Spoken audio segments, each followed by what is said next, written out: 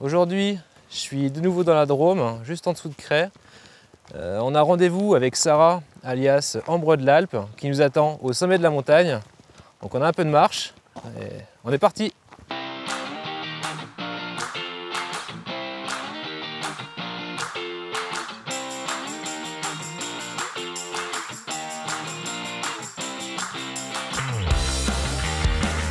J'aperçois une tente.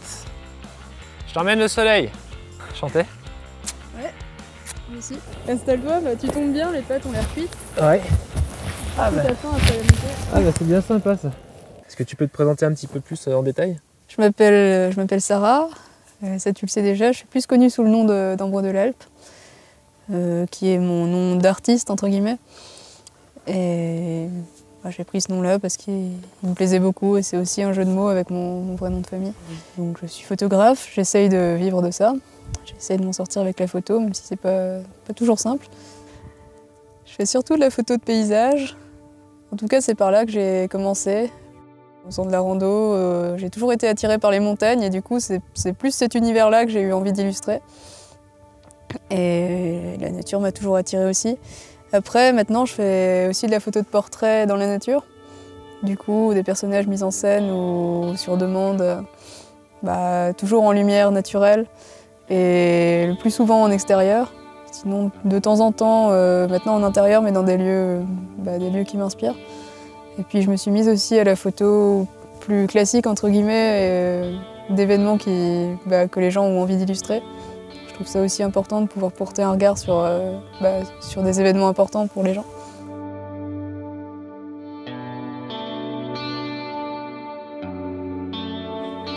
Bon, tu nous as emmenés là pour le lever du soleil.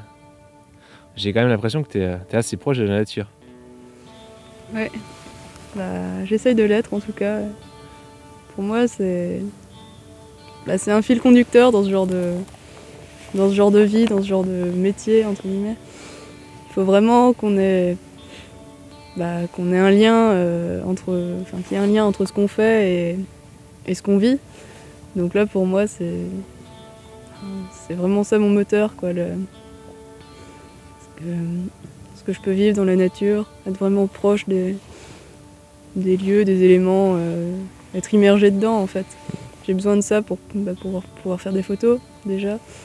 Et je trouve que c'est très important dans ma vie en général. Tu fais ça depuis longtemps? Ouais, ça fait pas mal de temps, ouais. Que je fais de la photo en tant que professionnel, non. Ça fait quelques années, mais partir en montagne comme ça fait vraiment un bout de temps. Je partais avec ma mère quand j'étais petite et au fur et à mesure, j'ai commencé à faire des bivouacs toute seule. Je peux te demander, t'as quel âge là actuellement? J'ai 22 ans.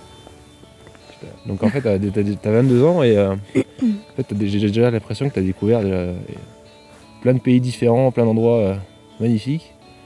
Tu donnes pas l'impression d'avoir 22 ans en tout cas. C'est vrai que j'ai eu la chance de faire pas mal de trucs assez tôt. Je suis partie en Patagonie et en Islande quand j'avais 18 ans, donc c'était déjà un bon début, quoi. C'est sûr. J'ai vu que tu étais au 85 mm et c'est quelque chose que tu fais souvent, tu prends plus des détails je pense, des formes. Ouais, quand je suis en marche, souvent je mets le 85 sur l'objectif parce que ça me permet de prendre des photos dans les bois, etc. Et puis comme on peut l'ouvrir à 1.8, il est très lumineux du coup, ça permet quand même de pouvoir faire plein de trucs même s'il fait sombre. Et j'aime bien prendre des détails, avoir des parties floues, etc. Et là, quand il n'y a pas vraiment quelque chose d'impressionnant avec, par exemple, des nuages flamboyants ou n'importe, j'aime bien pouvoir me focaliser sur des trucs moins général, quoi, quelque chose de moins général. Et du coup, le 85, ça correspond bien. Pour avoir des vrais détails, il faudrait un 200, un 400. Ouais, c'est sûr. Je serais volontiers resté avec Sarah pour regarder le paysage, mais il est temps pour moi de redescendre la montagne pour rencontrer un autre photographe.